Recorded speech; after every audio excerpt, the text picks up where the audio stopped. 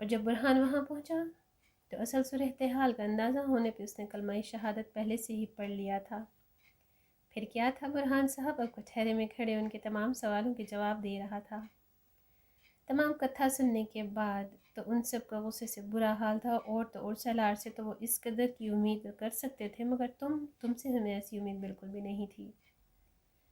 برہان سر جھکائے ان سب کی ڈانٹ سن رہا تھا۔ دادا جان کے کہنے پر برہان نے فون ملایا، مگر دوسری طرف کوئی رسپانس نہیں۔ اوہ، تو طوفان خود آ رہا ہے۔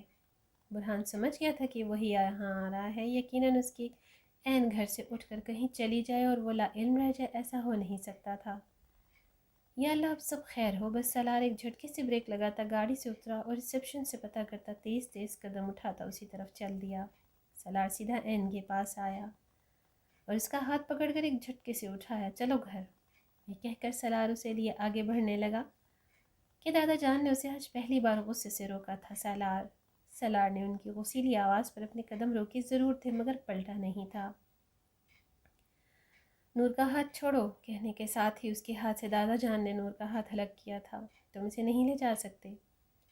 دکھ تو دادا جان کو بھی ہوا تھا، مگر سالار نے اس بار کیا ہی ایسا تھا کہ وہ اب چپ تو بالکل بھی نہیں رہ سکتے تھے۔ تم جانتے ہو سالار تم نے کیا ہے؟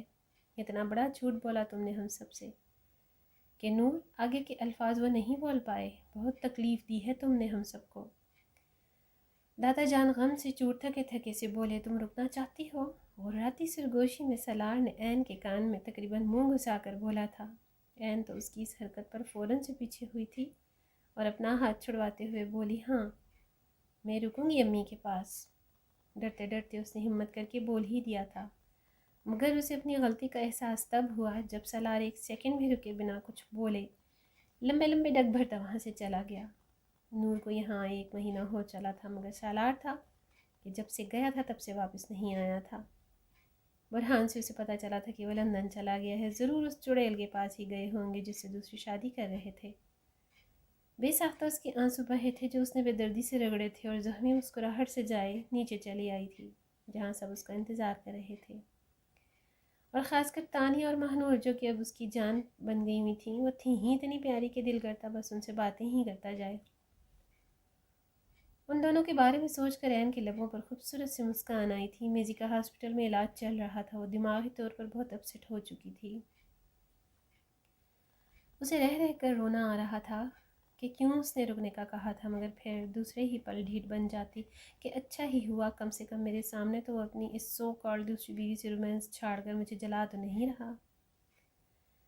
اب نہ جانے یہ لاوا کب اور کیسے پھٹنا تھا، مگر سالار اچھی طرح سے سوچ چکا تھا کہ اسے کیا کرنا ہے۔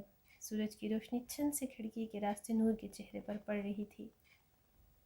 نور نے قسمت آتے ہوئے آنکھیں کھولیں تو پہلے تو اسے سمجھ نہیں آیا کہ وہ ہے کہاں، مگر پھر جب یاد آیا تو رات کا ایک ایک منظر اس کی آنکھوں کے سامنے چلنے لگا۔ شرم سے سر جھکائے نور ہلکا سا مسکائی تھی، پھر جلدی جلدی سے ادھر ادھر دیکھتے ہوئے کہ کہیں سالار تو نہیں دیکھ رہا، مگر جب تسلی ہوئی کہ وہ یہاں نہیں ہے تو نور اپنے سر پر چپت لگا دی اٹھ بیٹھی، اور اپنے وجود پر نظر پڑی تو سالار کی گرے شرٹ سے اس کو چھپا رکھا تھا اس نے۔ ایک بار پھر سے نور کا چہرہ سرخ ہوا تھا۔ سامنے ہی صوفے پر اس کا ڈریس رکھا ہوا تھا، اس کے سامنے پڑی لکڑی کی ٹیبل پر ناشتہ بھی موجود تھا۔ نور جھجکتے ہوئے اٹھی اور پھر ڈریس اٹھا کر واش روم فریش ہونے چلی گئی۔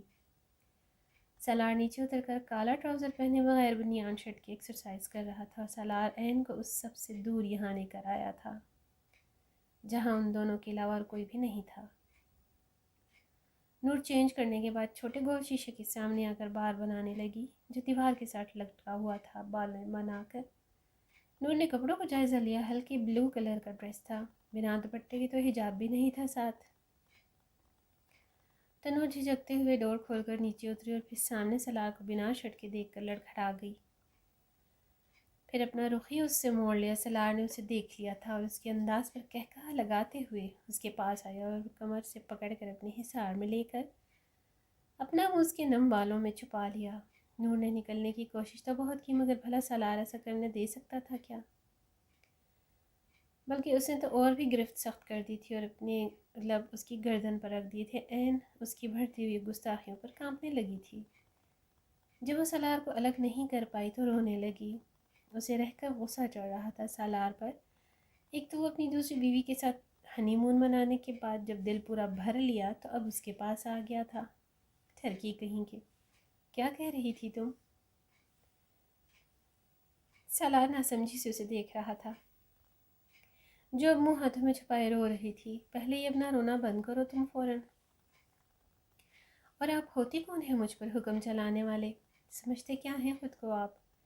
ایک تو کمزور لڑکی کو اپنے ہی گھر میں قید کر کے اس پر ظلم و ستم کی انتہا کر دی کہ وہ دماغی توازن کھونے کے کگار پر آ گئی تھی۔ مجھ سے تو اس کی حالت ہی نہیں دیکھی جا رہی تھی۔ بیچاری کتنا تکلیف میں تھی وہ۔ کیوں کیا آپ نے ایسا؟ کیسے ظلم کر لیا آپ نے ایک لڑکی پر؟ مرد ہیں، طاقتور ہیں، تو کیا اپنی مردانگی اس طرح دکھائیں گے؟ کسی معصوم لڑکی کو مار پیٹ کر، اسے بجلی کے جھٹکے دے کر، اتنے ظالم ہیں آپ؟ اتنے کہ ایک لڑکی کے ساتھ سالار اس کی باتوں پر پرسکون سا خاموشی سے سن رہا تھا۔ جب عین رکی تو ایک ہی جھٹکے میں اپنی طرف کھینچا اور سختی سے اس حد تک بھینچا کہ عین کو لگا اس کی پسلیاں بھی ٹوٹی تو ابھی۔ سالار سرد سنجیدہ نظروں سے اسے دیکھ رہا تھا۔ اس کی آنکھیں جیسے اس کی آنکھوں میں گڑ گئی تھیں۔ درد کی ایک لہر تھی جو اس کے ہونٹوں سے ہوتی جسم میں اتر گئی تھی۔ وہ یقیناً بے یقینی سے سالار کو دیکھ رہی تھی جو اسے ہی دیکھ رہا تھا۔ یہ تمہاری سزا تھی اس غلطی کی جو تم نے اس میزی کو آزاد کروایا، اور وہ بھی اپنے ہاتھوں سے، اور خود ہی اسے ہاسپٹل لے کر بھی گئی۔ اس کی انگلیاں عین کو اپنی کمر میں دھستی ہوئی محسوس ہو رہی تھیں۔ عین کے اندر اچانک ڈر آ گیا تھا، سالار کا ڈر۔ سالار بنا اس کی کیفیت جانے اپنی ہی بولے جا رہا تھا، اس لڑکی نے میری جان کی جان لینے کی کوشش کی تھی، پھر پتہ چلا کہ جسے میں ماں سمجھ رہا تھا وہ تو تھی ہی نہیں میری ماں۔ میری ماں تو مجھے جنم دے کر چلی گئی تھی مجھے چھوڑ کر، اور جو تھی وہ تو سوتیلی تھی، میرے باپ کی دوسری بیوی۔ سالار نے آج اپنے دل میں دبا ایک اور راز بتا دیا تھا۔ عین اس انکشاف پر ششدر کھڑی رہ گئی تھی۔ تم نے مجھے کیوں چھوڑ دیا عین؟ آپ نے بھی تو چھوڑ دیا تھا مجھے اور دوسری شادی کرنے لگے تھے۔ میں نے خود سنا تھا اپنے کانوں سے، آپ برہان بھائی سے کہہ رہے تھے۔ عین بھی اس کے ساتھ لگے لگے ہاتھ شکوہ بھی کر دیا، جو اس سب کی سب سے بڑی اور مین وجہ تھا۔ وہ تو سب ناٹک تھا، تمہیں سنانے کے لیے کیا تھا تاکہ تم کچھ ری ایکٹ کر سکو۔ تم اس بات کو پکڑ کر بیٹھی ہوئی تھی۔ ادھر دیکھو میری طرف تم۔ سالار یہ سن کر حیران رہ گیا۔ تو گویا یہ وجہ تھی جو عین ایسے بیہیو کر رہی تھی اس کے ساتھ۔ سالار اس کا چہرہ اوپر اٹھا آیا تھا، مگر جب اپنے غصے کا نشان اس کے لبوں پر دیکھا تو بے سختہ بے انتہا اپنے آپ پر اسے غصہ آیا۔ یہ کیا کیا تھا اس نے؟ فوراً جھک کر اس کو وہ پیار کرنے لگا۔ پھر عین پھٹی پھٹی آنکھوں سے اسے دیکھ رہی تھی۔ یہ کیا کیا آپ نے؟ پاگل ہو گئے ہیں آپ؟ چلیں بھئی، اب کہاں کھو گئے ہیں؟ چلیں مرہم لگاؤں میں اس پر۔ سالار خود کو مکمل اس کے رحم و کرم پر ڈھیلا چھوڑتا ہوا اس کے ہر حکم پر سر خم کر رہا تھا۔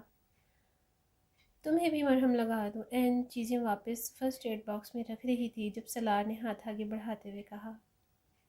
وہ تو آپ نے لگا دیا۔ اچانک عین نے اپنا چہرہ سالار کے چہرے کے قریب کیا اور آنکھیں موند کر اس کی چوٹ پر اپنے کپکپاتے لب رکھ دیے۔ سالار تو حیرت ورطہ میں ڈوبا ہوا اس کے لمس کو محسوس کر رہا تھا۔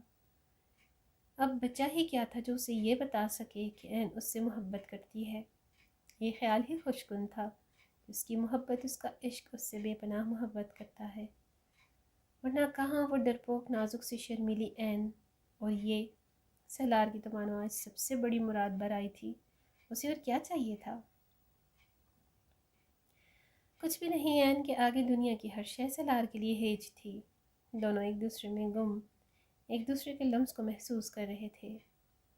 2 سال بعد سب لوگ خوشگپیوں میں مصروف تھے۔ ہر کوئی آج کی تقریب کے لیے خاص طور پر تیار ہو کر آیا تھا، سوائے گھر والوں کے۔ باہر کا کوئی بھی مرد نہیں تھا، عورتیں ضرور موجود۔ ارے بھائی، اپنی بچی کے باہر ہی کیک کٹ کر لوگے آپ دونوں کیا؟ رباب کیک پر نظریں رکھے اپنے بھاری وجود کو چھپائے مزے سے بولی۔ اللہ تعالیٰ برہان کو ایک اور خوشی سے نوازنے والا تھا۔ ہاں بھائی، کہاں ہے ہماری جانم کی جان؟ سالار پھر سے شرارت کرتے ہوئے بولا تو سب نے بے ساختہ کہکہے لگانے لگے۔ یہ رہی ہماری سب کی جان، حور العین۔ عین کی گود میں حور العین کو شمائلہ بیگم نے پکڑاتے ہوئے پیار سے کہا۔ دونوں نے اسے پکڑ کر مسکراتے ہوئے زندگی سے بھرپور مکمل منظر کے ساتھ کیک کاٹا۔ آج ان کی ویڈنگ اینیورسری تھی جو سالار نے بڑی دھوم دھام سے منائی تھی۔ کیمرے نے ان تینوں کی یادگار فوٹو کھینچی تھی۔ باقی سب بھی جا چکے تھے، نوٹ چینج کرنے گئی تھی۔ سالار نے اس سے کہا تھا۔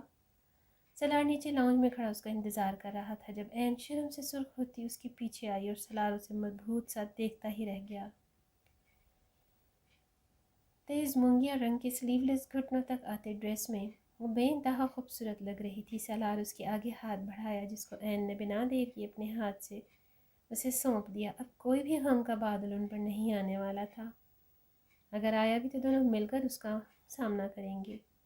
سالار نے عین کو اپنی باہوں میں بھر کر اٹھایا اور اپنی منزل کی جانب بڑھ گیا جہاں ہر طرف خوشیاں ہی خوشیاں اس کی منتظر تھیں،